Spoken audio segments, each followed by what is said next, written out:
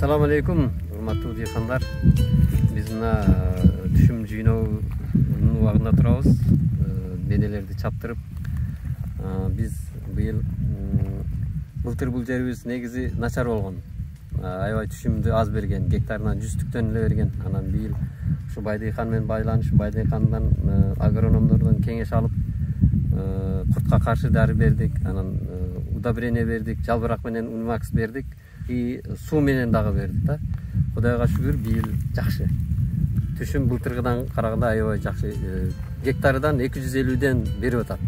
Былтыргыдан салыштырмалуу жакшы берилди да. Былтыр 100ден эле берип калган да. Анан ошон үчүн быйыл бузсакпы деп ойлогонбуз.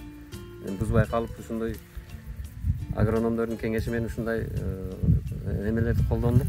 Жакшы буюрса. Ар бир көстө беребиз буюрса. Кийинки көстө дагы беребиз.